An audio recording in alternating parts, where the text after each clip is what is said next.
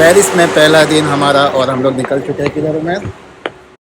Museo del Louvre। यहाँ से 20 minute की वॉक पे है हमारे होटल से, तो हमने प्रेफर किया कि चलते हुए चले जाए। क्या टैक्सी उबर 12 से 15 यूरो चार्ज करती है, तो हम वॉकिंग की डिस्टेंस पर जा रहे हैं। अभी 11 बजे की हमने टिकट ले ली है, 20 मिनट में पहुँच जाएंगे। किसी भी मुल्क के कल्चर या उनके लोगों को अगर जानना हो तो सबसे बेहतरीन तरीका ये है कि आप उस शहर के अंदर, उस मुल्क के अंदर चलते हुए चले जाए और लोगों से घुल मिले, तो आपको वहाँ के लोगों का कल्चर मालूम होगा।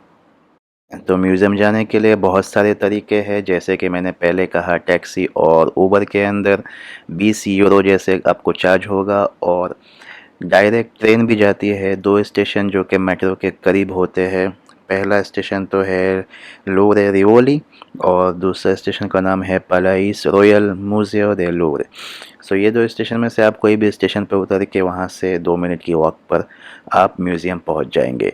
लेकिन मैंने वॉकिंग को प्रेफर किया क्योंकि इसके अंदर दोनों का फ़ायदा है। मेरा फ़ायदा है क्योंकि मेरे टैक्सी के और उबर के पैसे बच जाएंगे, और मेरे वीडियो देखने वालों का भी फ़ायदा है कि आपको ये शहर का नज़ारा हो जाए। तो चलिए मैं आपको चलते चलते शहर का नज़ारा भी कराता जाऊँ और यहाँ की हिस्ट्री और उस म्यूज़ियम का चार्ज और म्यूज़ियम के बारे में आपको कुछ बताता चला जाऊँ। पूरा यूरोप अपने आर्किटेक्चर बिल्डिंग की वजह से मशहूर है। यहाँ पर पुराने राजा महाराजाओं के महल अभी तक मौजूद है, और उसको मॉडर्न तरीके से इस्तेमाल करना ये यूरोप को और भी ख़ास बना देता है। अभी आप मेरे सीधे हाथ पे देख सकते हैं, जो बिल्डिंग आपको अभी नज़र आएगी वो ये है ओपेरा रेस्टोरेंट।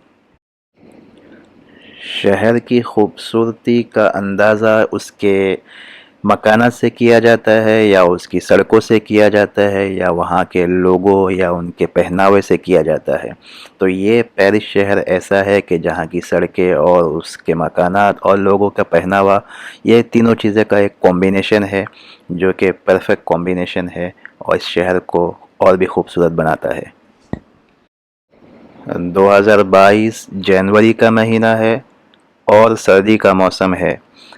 सामने सूरज भी निकला हुआ है, तो ऐसे ठंडी के मौसम में चलने का एक अलग ही अपना मज़ा है। तो बस हम पहुंचने वाले हैं, बस एक गली क्रॉस करके सामने होटल दे लोरे है और उसके पीछे म्यूज़ियम दे लोरे है। तो चलो अब म्यूज़ियम के इंफॉर्मेशन के बारे में हम शुरू करते हैं। सबसे पहले तो म्यूज़ियम का नाम है इंग्लिश में लूर म्यूज़ियम, फ्रेंच में उसको कहेंगे मूज़े दो लूर, और स्पेनिश में उसको कह सकते हैं मूज़ेओ दे लूर। ये बहुत ही ऐतिहासिक जगह है जिसके अंदर बहुत सारे आर्ट और पेंटिंग मौजूद है, जिसमें से जो बहुत ही मशहूर है मोनालिसा और वेनुस दे मीलो। अगर म्यूज़ियम की एंट्री टिकट की बात की जाए तो उसका चार्ज है 17 यूरो, और 18 साल के अंदर के लोगों के लिए एंट्री फ्री है, और टिकट आपको ऑनलाइन ही बुक करानी होगी, जिसके वेबसाइट का लिंक मैं डिस्क्रिप्शन में डाल दूँगा। तो ये म्यूज़ियम दुनिया का सबसे ज़्यादा विज़िट किया जाने वाला म्यूज़ियम है।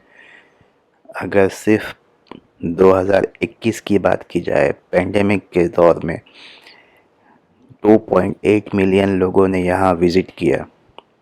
मैं खुद इस वीडियो को 2022 जनवरी में बना रहा हूँ, जो कि कोविड का टाइम है।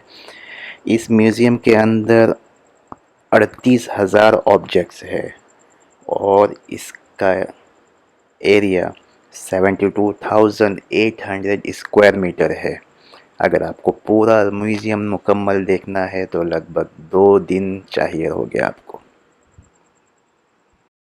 तो इस म्यूज़ियम को शुरू किया गया था 10 अगस्त को 1793 में, लगभग 228-230 साल पहले। ये म्यूज़ियम मौजूद है लोuvre पैलेस के अंदर, जिस पैलेस को 12वीं से 13वीं सदी के अंदर फिलिप सेकंड के निगरानी के अंदर बनाया गया था। उस वक्त उसके बेसमेंट में एक छोटा सा म्यूज़ियम बनाया गया था जिसमें राजा महाराजाओं के सामान रखे जाते थे। और फ्रेंच रेवोल्यूशन के बाद में 1546 के अंदर इसको एक फ्रेंच बादशाह का रेसिडेंस बना दिया गया। फिर बाद में आगे चल के 10 अगस्त को 1793 में एग्जीबिशन रखा गया और म्यूज़ियम को ओपन किया गया, जिसमें 537 पेंटिंग उस वक्त मौजूद थी। उसके बाद में आहिस्ते आहिस्ते उसके अंदर पेंटिंग्स और आर्ट बढ़ते गए, नेपोलियन आर्ट्स बढ़ते गए। बीच में उसको 4 साल के लिए बंद कर दिया गया और उसका नाम नेपोलियन म्यूज़ियम भी रखा गया। और सेकंड फ्रेंच एम्पायर के टाइम पे म्यूज़ियम को 20,000 पीस डोनेशन के अंदर मिले। और थर्ड रिपब्लिक के बाद में इसको 8 कैटेगरी के अंदर डिवाइड कर दिया गया, जिसको आज हम देख सकते हैं इजिप्शियन एंटिक्स के अंदर, near eastern antiques, Greek, Etruscan, Roman antiques, Islamic art, sculpture और डेकोरेटिव आर्ट्स, ये 8 कैटेगरी के अंदर इसको डिवाइड कर दिया गया। म्यूज़ियम का एंट्रेंस ये क्रिस्टल पिरामिड के अंदर से है। चेकिंग के पास होने के बाद में आप ये देख सकते हैं अंदर से क्रिस्टल का नज़ारा, क्या शानदार और ख़ूबसूरत तरीके से इसको बनाया गया है। सीढ़ियों से नीचे उतरते ही सीधे हाथ पे आपको म्यूज़ियम का मैप ले लेना है।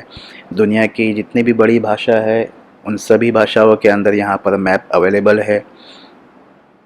तो मैंने यहाँ पर इंग्लिश का मैप उठाया और मेरे बच्चों ने स्पेनिश का मैप सेलेक्ट किया क्योंकि उनको स्पेनिश में ज़्यादा आसानी होती है देखने के लिए। अभी मैं आपको एक चीज़ बताऊंगा जिसको देख के आप शौक हो जाएंगे कि अगर ये मैप को मैं खोलूं तो मैप ही इतना बड़ा है। ये देखिए आपके सामने कि मैप इतना बड़ा, तो आप सोचिए कि म्यूज़ियम कितना बड़ा होगा। बस सामने अभी हम म्यूज़ियम के अंदर एंटर होने वाले हैं। चूँकि ये म्यूज़ियम है जिसके अंदर एंटीक और पुरानी चीज़ें होती है जो कि बच्चों के लिए काफ़ी बोरिंग चीज़ होती है, तो इस वजह से हमने ये डिसाइड किया कि ज़्यादा देर इसमें न बिताते हुए सिर्फ जो फेमस चीज़ है और जो मशहूर चीज़ है उसको देखकर हम यहाँ से दूसरी जगह के लिए निकल जाए। अभी आपको दिखाते हैं म्यूज़ियम के अंदर का नज़ारा। तो मेरे पीछे जो एरिया है ये नेपोलियन एरिया कहा जाता है और उनके इस्तेमाल की जो चीज़ें हैं यहाँ मौजूद है। आप सबको मालूम है कि नेपोलियन इतना फेमस है क्योंकि फ्रेंच रेवोल्यूशन के अंदर उनका ज़्यादा किरदार है, इस वजह से वो ज़्यादा फेमस है और उनका एक अलग से ख़ास एरिया बनाया गया है इस म्यूज़ियम में।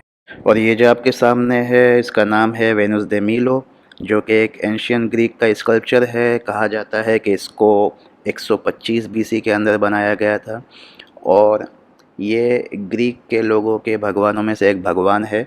असल में इसको बगैर हाथ के नहीं बनाया गया था, बल्कि तुर्कों के साथ में लड़ाई के वक्त तुर्कों ने इनके हाथ तोड़ दिए थे, तो उस वक्त से लेके आज तक बगैर हाथ के है।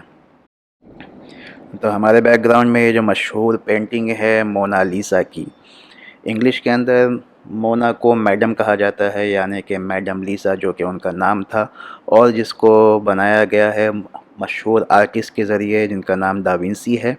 और इस पेंटिंग की कीमत आज अप्रोक्सीमेटली $450 मिलियन है। म्यूज़ियम से जब आप बाहर निकलेंगे तो जो मेरे पीछे मौजूद आपको दिख रहा है ये भी एक बड़ा गेट है जो देखने लायक चीज़ है।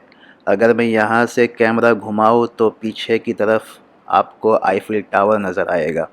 तो अभी हम यहाँ से डायरेक्ट आईफिल टावर के लिए जाएंगे। तो मिलते हैं अगले वीडियो में।